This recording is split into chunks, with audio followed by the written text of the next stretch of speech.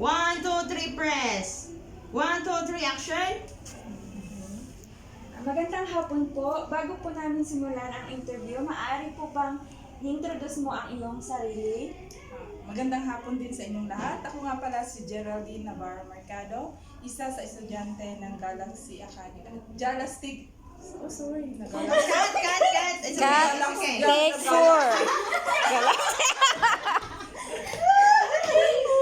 That's okay. Nag-Galaxy tuloy. Kasi, Jalastig. narating natin. Okay. Come on. Let's do. Okay. Ito na. Rolling. Let's press your button. 1, 2, 3. 1, 2, 3, action. Magandang hapon po. Bago po natin simulan ang interview, maaari po bang i-introduce mo ang iyong sarili? Magandang hapon din sa inyong lahat. Ako nga pala si Geraldine Navarro Mercado, isa din sa estudyante ng Jalastig Academy from Videography Batch 4. Okay. Unang katanungan, gaano kaalam at kagaling magturo si Junior Alejandro Lopez or sa kilalang Sir Jal? Para sa akin si Sir Jal ay napakahusay magturo. Dahil sa lahat naman ng katanungan ay maayos niya itong naisasagot at alam ko namang satisfied yung mga estudyante sa kanyang sagot.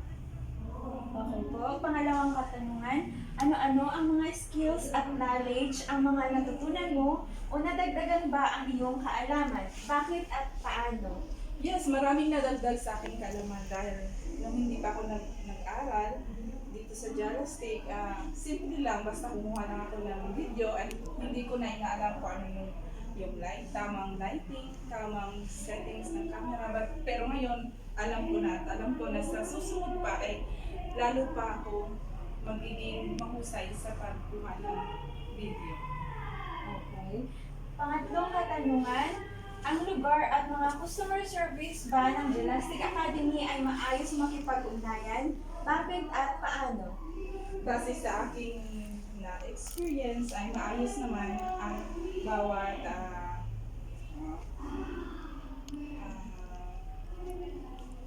sorry, iulit na lang po. Ano ba ito?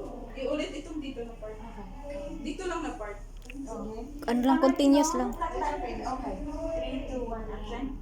Pangatlong katanungan, ang lugar at mga customer service ba ng Jalastig Academy ay maayos makipag-ugnayan? Bakit at paano? Okay. Base sa aking experience ay maayos naman ang bawat ang customer service ng Galaxy, ng Jalastig Academy at yun, satisfied naman ako. Okay, salamat po. Pang-apat na katanungan, meron ka bang nais idagdag upang patuloy na mapaunlad ito? Paano at bakit? So para sa akin sa ngayon ay okay naman, wala pa akong naisagdagdag, pero in the future siguro meron na at sana ay hindi lamang dito sa lugar na ito sa Hong Kong, sana mag-expand pa ang Jalastig Academy sa iba pa, kahit sa ibang lugar or sa Pilipinas or kahit saan, para madami pang matulungan na kagaya ko na gusto rin mag part-time ng videography or yung para lang sa gusto nilang maging hobby or basta marami pang matulungan na ma-improve yung kanilang skills.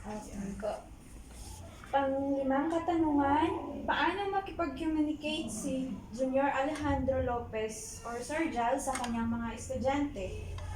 Si Sir Jal ay para sa akin napakakwela niya, simpleng tao, madali siyang lapitan. So hindi ka mag-aatubiling lumapit sa kanya kasi napaka-smiling, napakagaan siyang nakakagaan ng loob pag lumapit ka sa kanya. Approachable si Sir Jal. Agree po. Pang-anim na Pang-anim na katanungan, irerekomenda mo ba ang kurso na ito sa ibang mga tao na interesado sa photography and videography? Yes, 100% na ire-recommenda ko.